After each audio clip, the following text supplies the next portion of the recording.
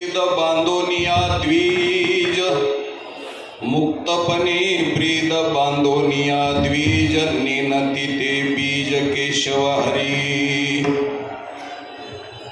ज्याचे नि मुक्तता सर्वची पै मुक्त ज्याचे नि मुक्तता सर्वची पै मुक्त करोनिया रतन सेविती वेदे बोलियले ब्रह्मार्पण भावे वेदी बोलियले ब्रह्मार्पण भावे सदा मुक्त भावे अरे जना ज्याचे नि मुक्तता सर्वची पै मुक्त करोनिया रतन सेविती मुक्ताई मुक्त हरिनाम सेवित मुक्ताई मुक्त हरिनाम सेवित अवघेची मुक्त सेविता हरी ज्याचे नि मुक्तता सर्वची पै मुक्त करोनिया रतन सेविती विठ्ठला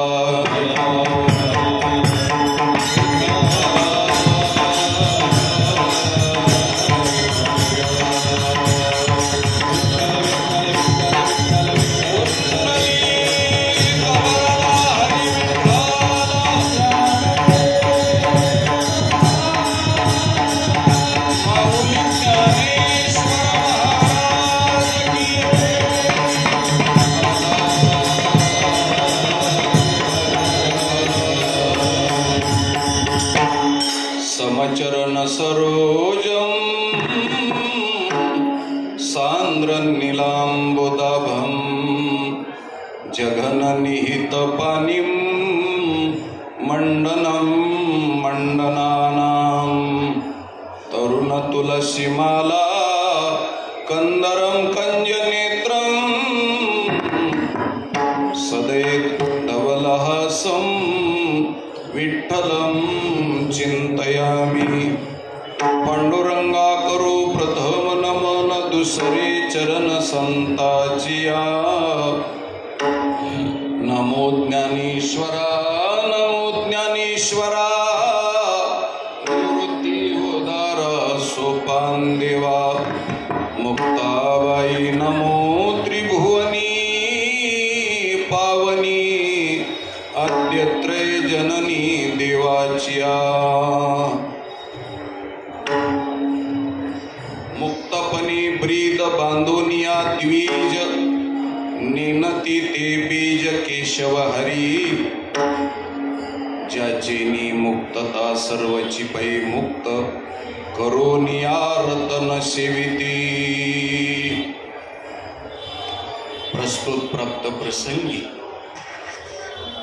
भगवान श्री ज्ञानेश्वर महाराजांच्या समाधी सोहळ्याच्या आणि या महोत्सवाच्या माध्यमातून ज्ञानोबारायांच्या समाधीवरती वाङ्मयीन पुष्प वाहण्यासाठी कीर्तनरूपी सेवेकरता निवडलेला अभंग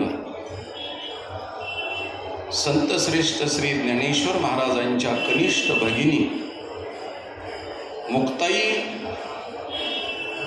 यांच्या वाङ्मय मळ्यातली ही फुलं आहेत आणि ज्ञानेश्वर महाराजांच्या समाधीवरती समर्पित करायची आहेत. आणि आज माझ्याकडं भाऊंनी कुंभार गुरुजी वारकरी शिक्षण संस्थेच्या वतीनं सर्व विद्यार्थी वर्गांनी आणि संस्थेच्या सर्व अधिकारी पदाधिकाऱ्यांनी माझ्याकडं आज ही समाधीवरती पुष्प वाहण्याकरता योजना केलेली आहे, मला आज्ञा दिलेली आहे, अनुज्ञा दिलेली आहे. त्या दृष्टिकोनातून माऊलींच्या पदकमलावरती मी ही पुष्प वाहतो आणि ज्ञानोबारायकडे तुम्हा सर्वांना आशीर्वाद मागतो. ज्ञानेश्वर महाराजांच्या समाधी सोहळ्याला सर्व प्राप्त झालेली माऊलींची ही लेकरं, त्या लेकराला कुशीमध्ये घेऊन ज्ञानेश्वर महाराजांनी स्तनपान पाजावं एवढी अपेक्षा आहे. आणि समाधी सोहळ्याला सगळे आनंदानं येतात. म्हणजे आईच्या मांडीवरती बाळ जसं आनंदानं आणि सुखानं जातं आणि दुग्धपान करून तृप्त होतं, त्या पद्धतीनं समाधी सोहळा हा माझ्या दृष्टिकोनातून आईनं पाजण्याच्या दुग्धपानाचा कार्यक्रम आहे. विठ्ठल विठ्ठल.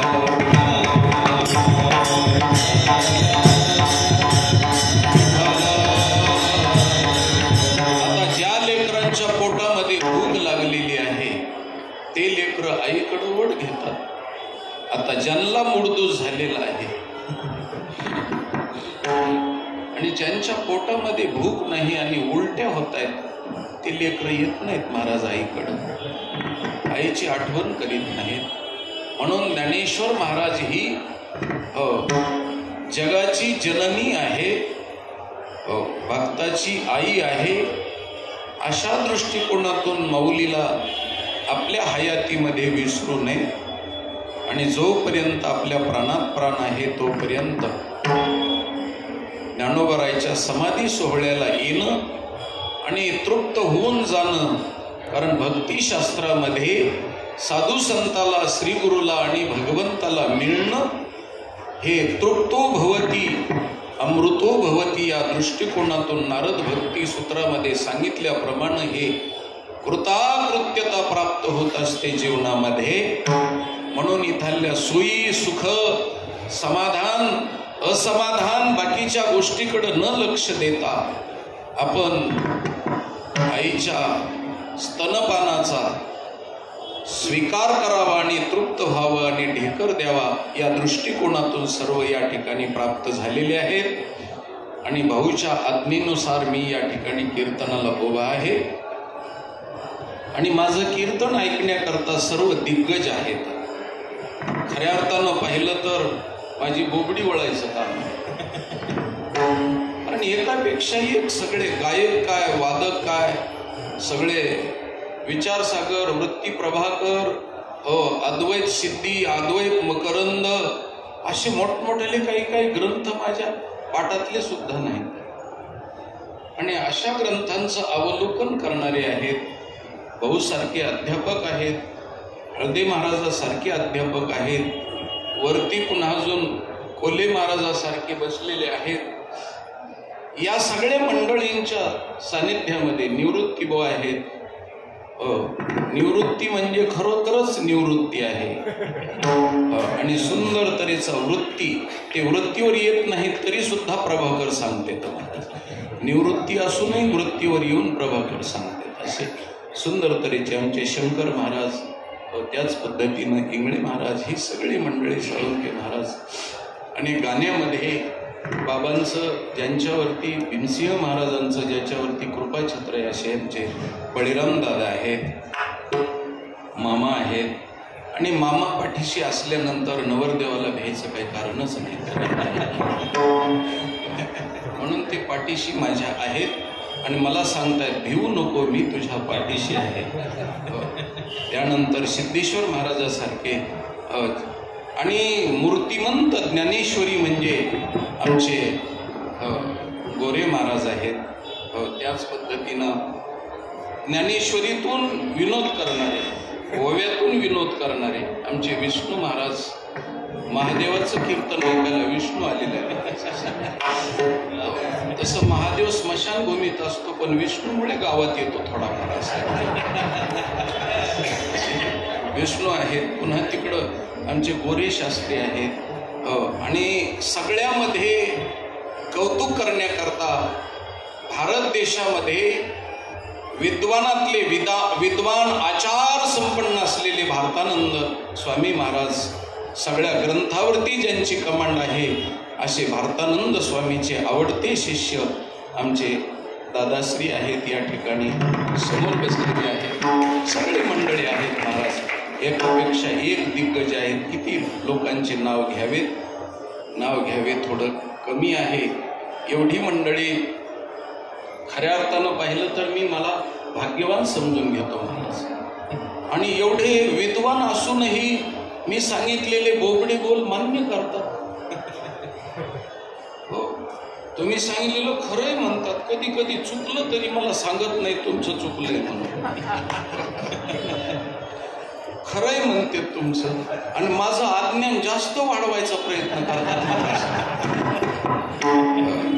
अशातली गोष्ट आहे. सर्व माझ्या माता भगिनी, ज्ञानेश्वर महाराजासाठी आलेले श्रोतृवर्ग, सगळे गायक वादक, सगळे गुणवान मंडळी, महाराज मंडळी, सगळे टाळकरी मंडळी, सर्वांच्या पायावरती मी प्रणिपात लोटांगण दंडवत घालतो आणि माझ्या गुरुजींच्या पायावरती सहस्त्रशः कोटी कोटी प्रणाम करतो.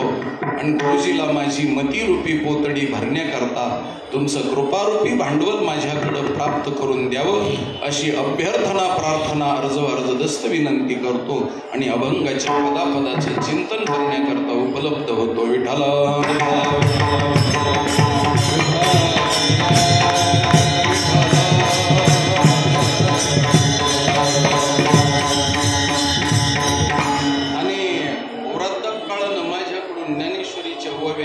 अभंग चुकत येत बरं, कारण वृद्धापकाळ झाल्यानंतर लहानपणातही बोबडी वळती, म्हातारपणातही बोबडी वळती. म्हणून तर हे शासनाला कळालं म्हणून दोघंही हाफ तिकिटात घातले.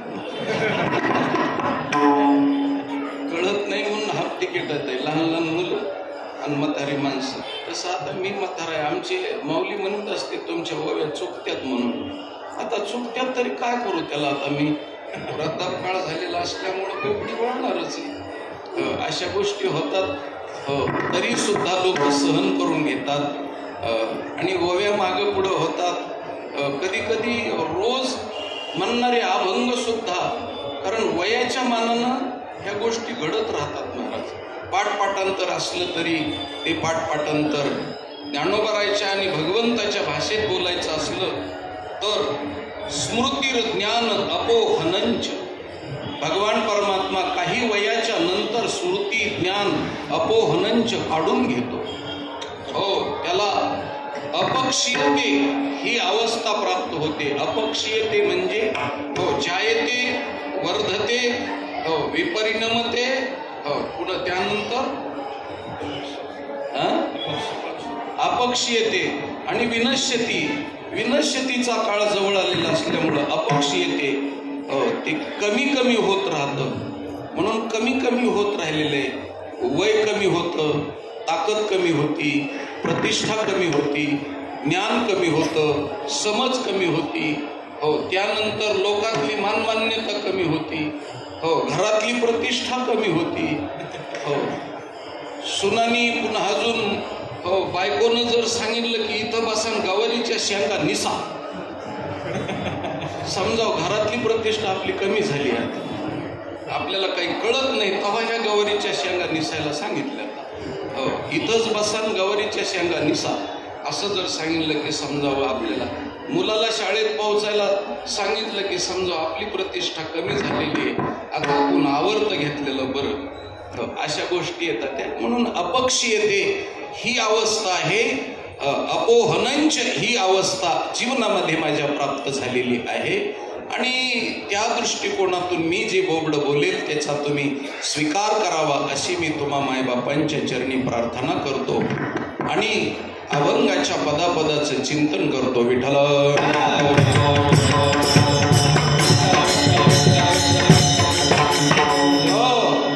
जीवन मुक्त असलेल्या मुक्ताबाई, ज्यांचं जन्मताच हो मुक्तत्व आहे आणि लोकाला मुक्त करण्याची आणि मुक्तत्व दान देण्याची ज्यांची तयारी आहे आणि 1400 वर्ष जगलेल्याला मुक्त करणाऱ्या ज्या मुक्ताबाई आहेत, त्या मुक्ताबाई आज आपल्याला जीवनमुक्तीतही हो हरिनामाचं आणि हरिनामाच्या बीजाचं महत्व प्रतिपादन करतात.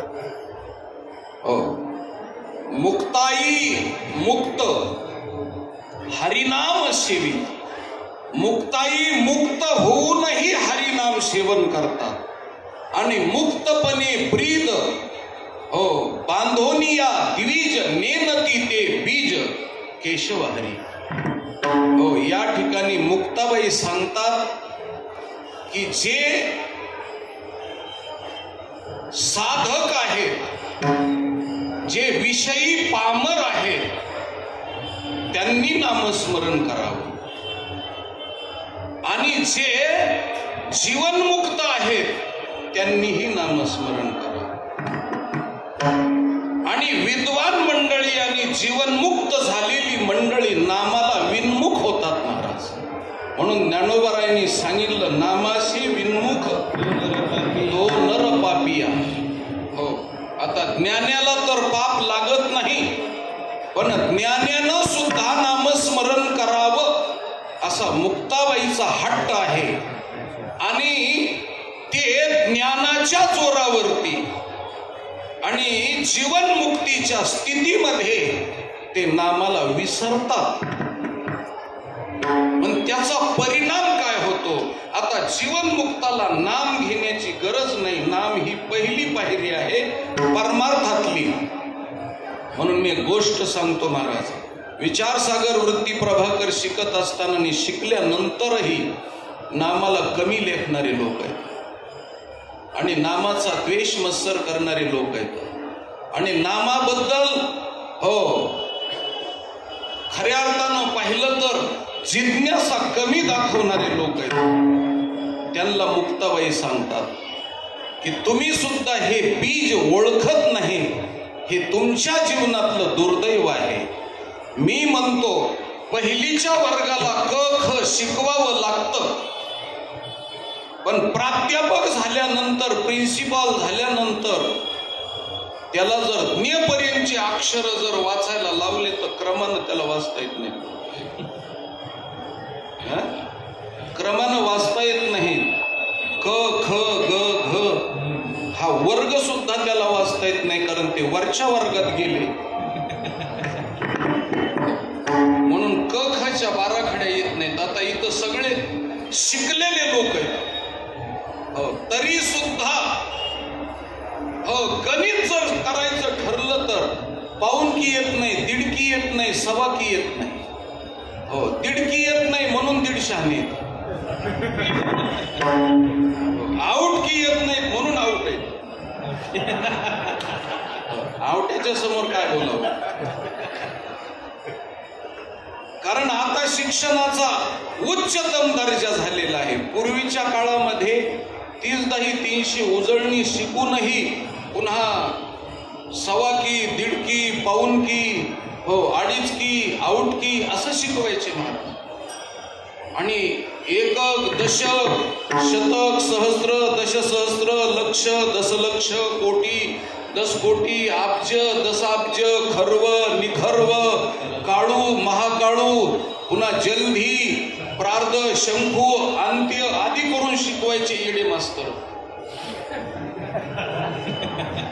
आता 10 पर्यंत आकडे आले आणि आकडा लावता आला की कार्यक्रम संपला. आकड्यापुरता खेळ आहे, आकड्यापुरता. म्हणून आताचा सुशिक्षित माणूस 10 पर्यंतचे आकडे म्हणतो. ते बी 1, 2, 3 असं नाही म्हणेल, वजनामध्ये जणू अमेरिकेहून आलाय.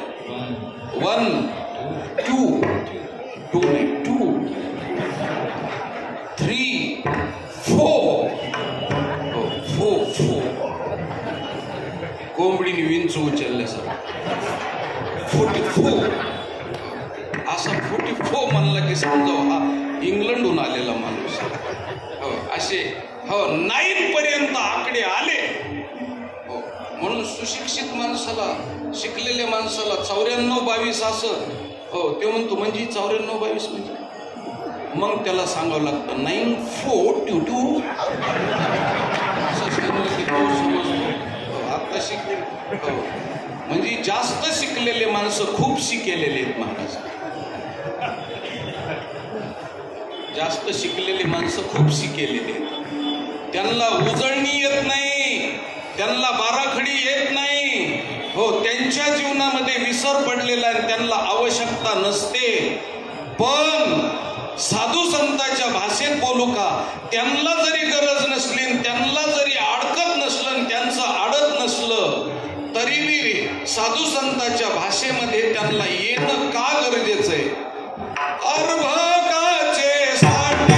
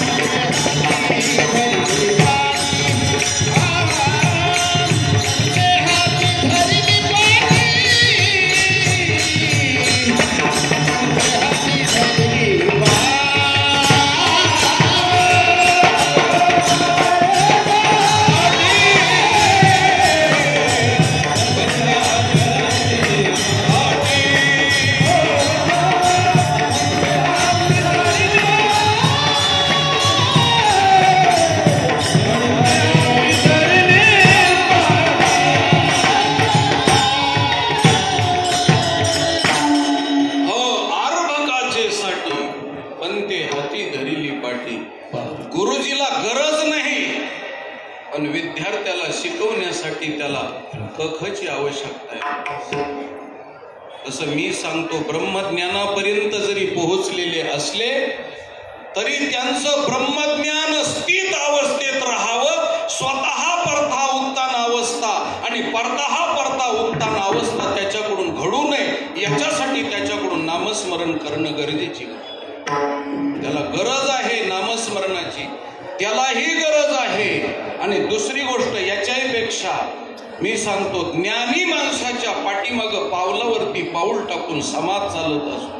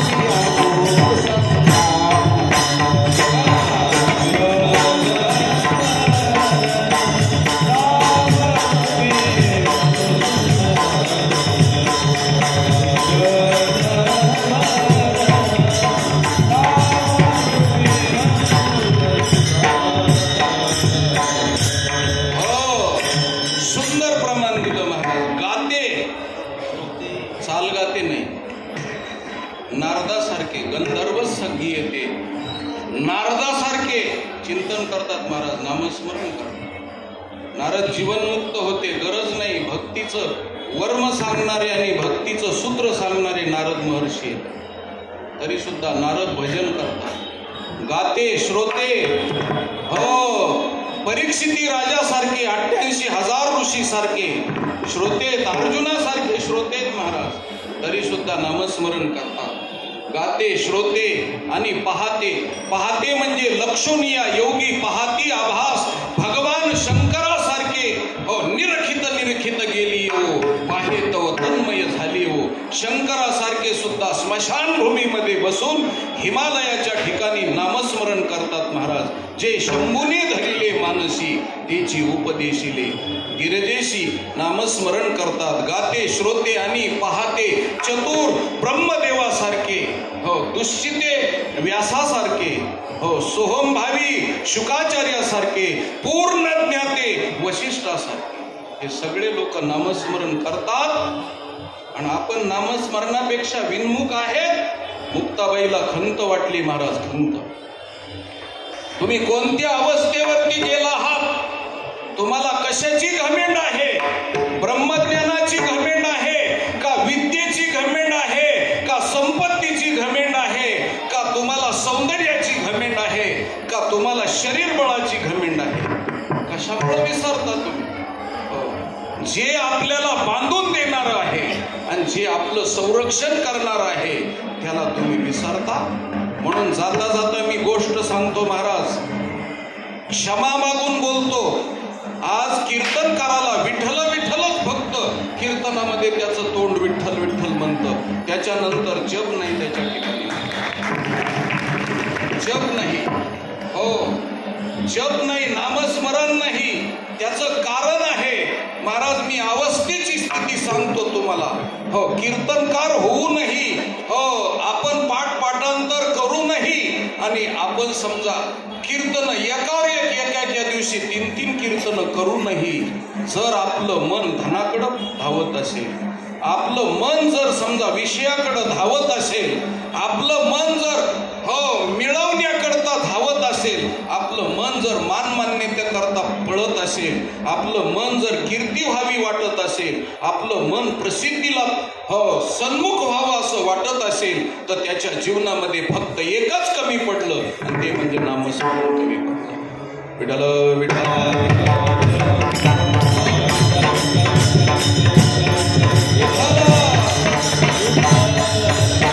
राजा जसा किल्ल्याच्या कोटामध्ये सुरक्षित असतो, तसं नामस्मरण हे कोट आहे महाराज.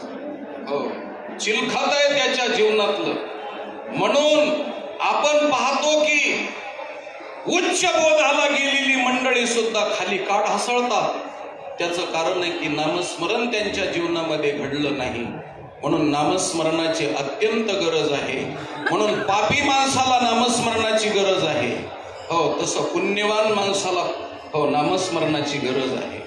त्याच पद्धतीनं हो साधकाला हो नामस्मरणाची गरज आहे. कारण साधकाच्या जीवनामध्ये मन विक्षेप आवरणादी तिन्ही दोष नामस्मरणानं जातात महाराज. तिन्ही दोष, हो मल म्हणजे पापाची अवस्था, हो पाप नष्ट होतं नामस्मरणानं. कारण जगाच्या पाठीवर हो पाप किती नष्ट होतं तर अनंत पाप राशी, हरी उच्चारणी अनंत पाप राशी, आणि जातील लयाशी क्षणमात्रे. का ज्ञानोबाराच्या शब्दावरती विश्वास नाही आपला.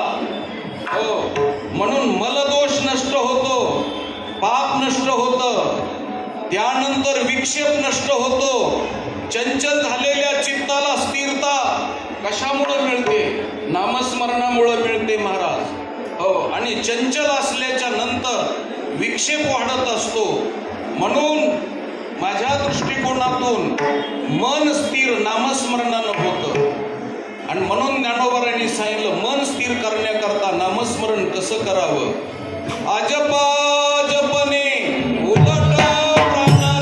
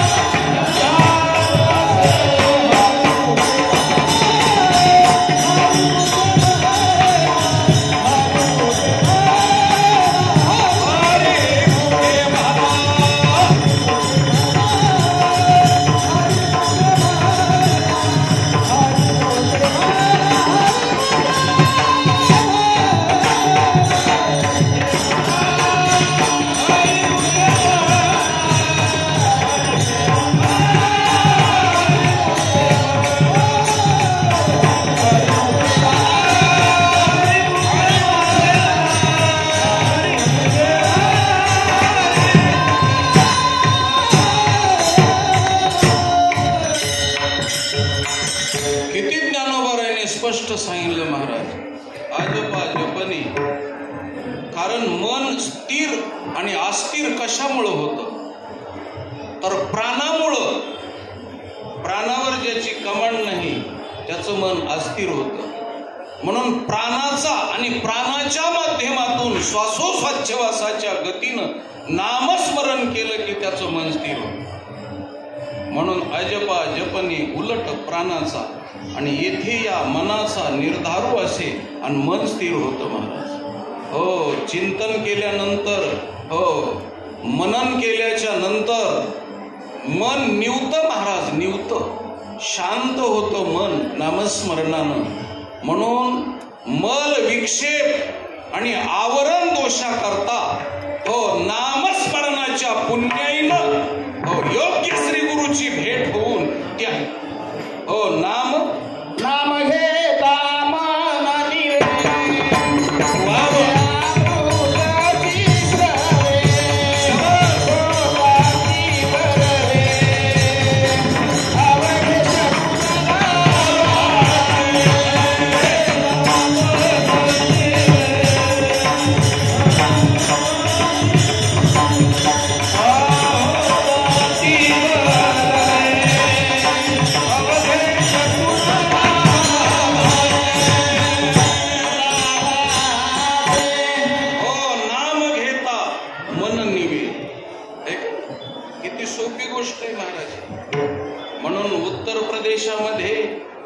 ब्रह्मज्ञानाला पोहोचलेले लोक सुद्धा नश्वर जगतातल्या मठमठाधिका बांधण्यामध्ये आपलं जीवन व्यर्थ घालवतात.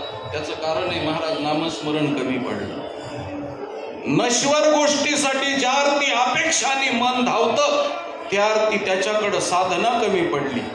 म्हणून जीवनमुक्त ज्ञानी जरी झाले पावन तरी देव तीर्थ भजन लालशाहीची रेग ओढायची महाराजाच्या खाली न सांडिती. त्यांनी भजन सांडायचं नाही, त्यांनी नामस्मरण कमी करायचं नाही. नामस्मरण ही अशी गोष्ट आहे म्हणून मी सांगतो क ख ही बाराखडी अशी आहे की पहिलीच्या वर्गाला चालते, दुसरीच्या वर्गाला चालते, मॅट्रिकच्या वर्गाला चालते, MA PhD ला चालते आणि नित्य गोष्टीला सगळ्याला चालते. म्हणून मूळ अक्षर म्हणतात महाराज. त्याला काय म्हणतात?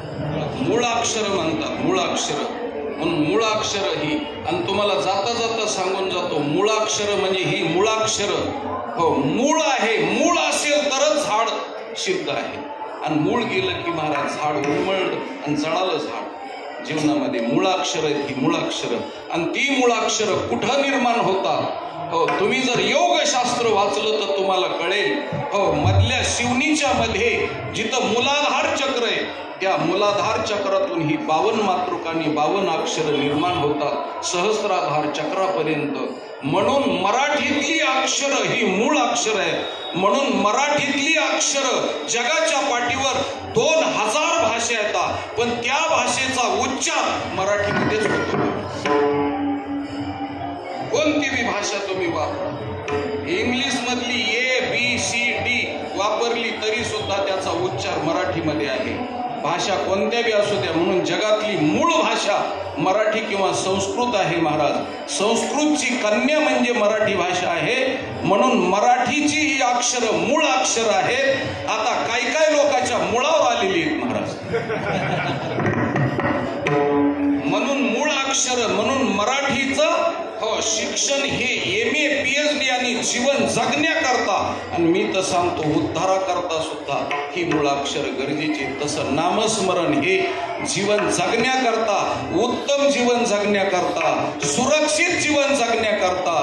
अरे संकट सुद्धा आलेली निवारण होतात नामस्मरणानं. म्हणून नामस्मरण हे कवच आहे. नामस्मरण हे जीवनातलं संरक्षण देणारी गोष्ट आहे. म्हणून त्याच्याकरता नामस्मरणाला विसरायचं नाही. विठ्ठल विठ्ठल जे विसरते त्यांच्यासाठी सांगितलं विसरली तया नामासारखा लाभ नाही. नाम विन्मुख झाल्यानंतर त्याच्या इतका जीवनामध्ये तोटा नाही. म्हणून मी सांगतो की नामस्मरणाला विसरायचं नाही. हे मुक्ताईला, या अभंगामध्ये मुक्त असलेल्या मुक्ताईला प्रतिपादन करायचंय. म्हणून मी जाता जाता पुन्हा एक गोष्ट सांगतो. हो, सुप्रीम कोर्टाचे वकील असतात ना, सुप्रीम कोर्टाच्या वकिलाला तहसील मधलं काही कळत नाही. सुप्रीम कोर्टाचे वकील बुद्धीचे फवारे उडून बाकीच्या गोष्टी खूप सांगतात, पण तहसील मधलं तलाट्याचं प्रायमरीच्या कोर्टामध्ये सत्र जिल्हा न्यायालयामधल्या वकिलाला सातबाऱ्याचं कळतं, पुन्हा अजून प्लॉटिंगचं कळतं. ह्या सगळ्या गोष्टी कळतात. हाय लेवलच्या केस सुप्रीम कोर्टाचे जज सोडवतात, पण प्रायमरी केस सुप्रीम कोर्टाच्या जजला सोडवता येत नाही. त्याचं कारण आहे त्यांचा वरचा अभ्यास झाला आणि खालच्या अभ्यासाला ते विसरले नाही. म्हणून त्याच्याकरता हे दोन्ही गोष्टी जीवनामध्ये आवश्यक आहेत. म्हणून ब्रह्मज्ञान मिळवा, पण नामस्मरणाला विसरू नका. साधक अवस्था नामस्मरणाला विसरू नका. पामर अवस्था, साधकाकडे जाण्याचा मार्ग म्हणजे पामर अवस्था, नामस्मरणाला विसरू नका. विषयी अवस्था, विषयाचा विसर पडिला, निशेष विषयाचा विसर पडावा असं वाटत असेल तर नामस्मरणाला विसरायचं नाही, असं मुक्ताईला सांगायचंय. आणि त्याच्यानंतर जीवनमुक्ती मिळाली तरी नामस्मरणाला विसरायचं नाही, कारण स्वतःच्या संरक्षणासाठी नामस्मरण उपयुक्त आहे ब्रह्मज्ञानाला आणि लोकाची. कारण ब्रह्मज्ञानी माणसाचं आचार म्हणजे बाकीच्या लोकांचं साधना असते महाराज, साधना असते. म्हणून मोठा माणूस ज्या वेळेस चालत असतो त्याच्या पावलावरती पाऊल टाकून लोक चालतात. जर कीर्तनकाराच्या जीवनामध्ये नामस्मरण नाही घडलं, जर आचार संपन्नता त्याच्याकडून नाही घडली आणि त्याच्याकडून नामस्मरणाचा जप नाही घडला, तर पाठीमागच्या येणाऱ्या लोकांना वाटतं हे नामस्मरण करीत नव्हते, आता मला करण्याची गरज नाही. आणि थोडक्यामध्ये तो नाहून निघालेला असतो आणि त्याची अवस्था नुकसानीची होती. म्हणून एखाद्या वेळेस जीवनमुक्त चुकला तर त्याचं नुकसान काही होत नाही, पण त्याच्या पाठीमागं येणाऱ्या लोकांचं, लाखो लोकांचं नुकसान होतं. म्हणून त्याच्याकरता महाराष्ट्रातले संत ब्रह्मज्ञानी असूनही जगाच्या पाठीवर कुठल्या संतांनी जे सांगितलं नाही ते महाराष्ट्रातल्या संतानं नामस्मरणाच्या बाबतीमध्ये प्रतिपादन केलेलं आहे. म्हणून स्पेशालिटीनं संत महाराष्ट्रात अवताराला आले आणि प्रत्येकानं महाराज ज्ञानोबाराय ज्ञानाचे मूर्तिमंत पुतळे असूनही सुद्धा त्यांनी हरिमुखे म्हणा पुण्याची गणना कोण करी. ज्या अर्थी त्यांनी एवढं सांगितलं, का सांगितलं? मुक्ताबाई लोकाला मुक्त अवस्था देणाऱ्या होत्या. कारण ही अवस्था वारकऱ्याची अवस्था किंवा मुक्ताची अवस्था, मुक्ताईची अवस्था कशी आहे? ज्ञानोबारायच्या परिभाषेत जर बोलायचं ठरलं तर कैवल्याचा अधिकारी आणि मोक्षाची सोडीबांधी करी. मोक्षाला जिथं राहा म्हणेल तिथं मोक्ष राहणारी अवस्था आणि देणारी अवस्था वारकरी संतांची आहे. पण तरी सुद्धा ते नामस्मरणाला विसरत नाही. आपल्या जीवनामध्ये नामस्मरण कमी पडतं म्हणून लालसा निर्माण होते. आपल्यासारख्याला नटावं वाटतं, आपल्यासारख्याला कुणाच्या बरोबर खेटावं वाटतं, आपल्यासारख्याला हे सगळ्या वासना आहेत, वासना, ह्या सगळ्या वासना उद्दीपित होतात आणि त्या वासना पूर्ण करण्यासाठी जीवन बर्बाद होतं. का? तर फक्त नामस्मरण कमी पडलं. म्हणून जीवनामध्ये अत्यंत नामस्मरणाची गरज आहे. म्हणून मुक्ताईला खंत वाटली आणि मुक्ताईनं बोट ठेवलं, महाराज वर्मावरती बोट ठेवलं आणि जीवनमुक्त असलेल्या मुक्ताई मुक्तपणानं विमुक्त लोकाला नामस्मरण करण्याचं बीज आणि नामस्मरण करण्याची आग्रहाची विनंती करतात. आणि काही लोक मोक्ष वेगळ्या वेगळ्या मार्गाने मिळत असं अशी ब्रीदावळी बांधून वचन देऊन प्रार्थना करतात. पण त्यांच्यासाठी आव्हान म्हणून आमच्या मुक्ताईनं हा अभंग लिहिला आणि अभंगाच्या पहिल्या चरणामध्ये त्याचं वर्णन केलं. मुक्तपणे ब्रीद बांधून मुक्तपणे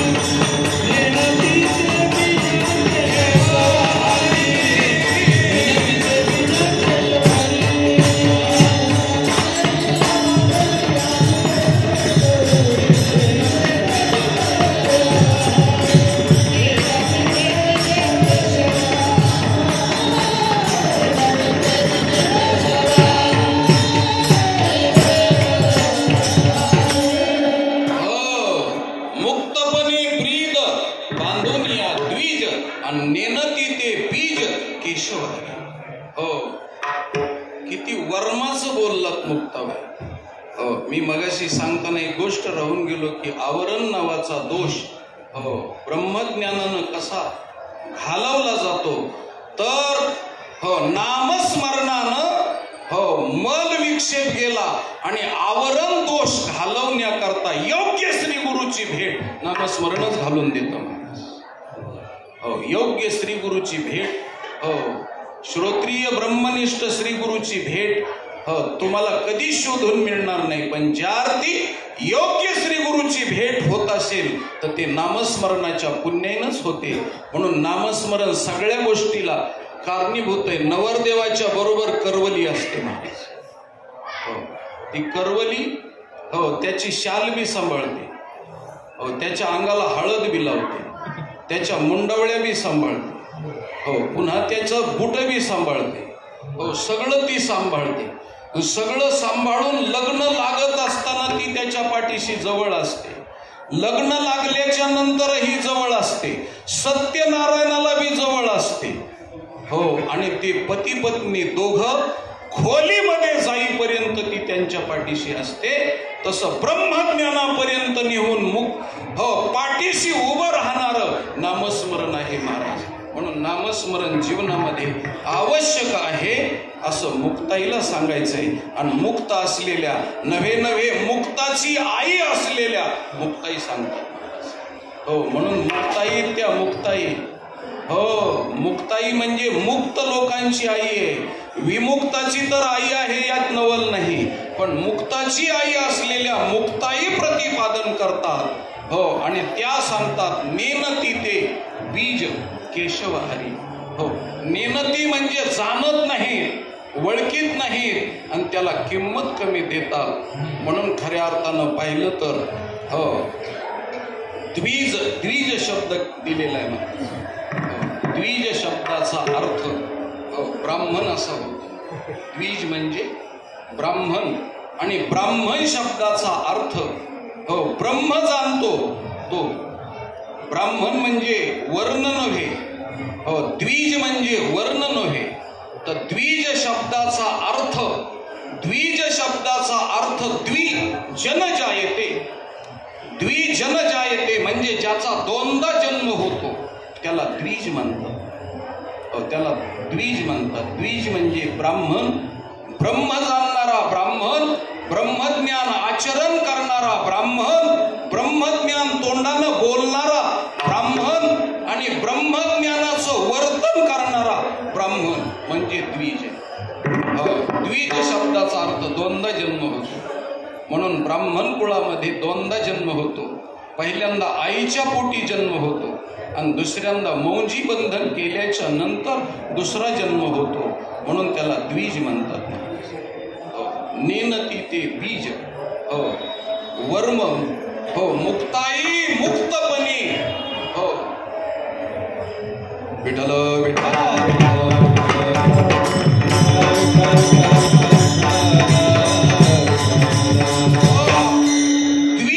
द्विज जाणत नाही. द्विज म्हणजे दातालाही द्विज म्हणतात.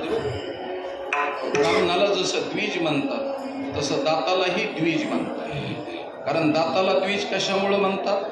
कारण दुधे दात एकदा पडतात आणि पुन्हा दुसरे दात येतात. माझ्यावर दात धरू नये. पहिल्यांदा दात पडतात आणि दुसऱ्यांदा दात जन्माला येतात. म्हणून त्या दातालाही द्विज म्हटलं जातं, ब्राह्मणालाही द्विज म्हटलं जातं आणि याच्या पुढं पक्षालाही द्विज म्हटलं जातं. कारण पक्षाचा दोनदा जन्म होतो महाराज. आईच्या पोटातून अंड्याच्या रूपाने एकदा जन्म होतो आणि नंतर अंड्याचं कवच फोडून दुसऱ्यांदा जन्म होतो. म्हणून पक्षालाही द्विज म्हटलं. हो, पक्षाला म्हणून तर हो आपल्या देशात शेकडो पक्षी आहेत महाराज. हो, त्यांचा दोनदा जन्म होतो. किती दाबी या पक्षातून त्या पक्षात गेले की दुसरा जन्म येतो. म्हणून बिचारे दोनदा जन्मूनही आणि मरत कधीच नाही. अशी अवस्था आहे. द्विज शब्दाचा अर्थ ब्रह्मज्ञानी, द्विज शब्दाचा अर्थ ज्यांचा दोनदा जन्म झालेला आहे. आता आमचे दादा इथं बसलेले, त्यांचा दोनदा जन्म आहे आणि दोनदा मृत्यू आहे महाराज. हो, त्यांचा दोनदा जन्म म्हणजे एकदा आईच्या उदरातून जन्म झाला, त्याच्यानंतर ब्रह्मचर्य धारण केलं, दुसऱ्यांदा जन्म झाला, आणि त्याच्यानंतर आता त्यांनी भगवे वस्त्र परिधान केले म्हणजे त्यांचं मरण झालं. म्हणून भगवे वस्त्र परिधान करणं म्हणजे रंग नाही, भगवे वस्त्र परिधान करणं म्हणजे अवस्था व्यवस्था नाहीये, तर स्वतःचं पिंडदान पाडावं लागतं. हो, स्वतःचं पिंडदान पाडून शरीरावरती तुळशीपत्र ठेवावं लागतं आणि स्वतःच्या हातानं पिंडदान पाडून भगवे वस्त्र परिधान करावे लागतात. एकदा मृत्यू आहे आणि चितेवरती देह ठेवीत असताना दुसऱ्यांदा मृत्यू आहे. म्हणून ज्ञानी माणसाचा, संत मंडळीचा दोनदा मृत्यू होतो महाराज. म्हणून तुकोबाराय मरायच्या अगोदर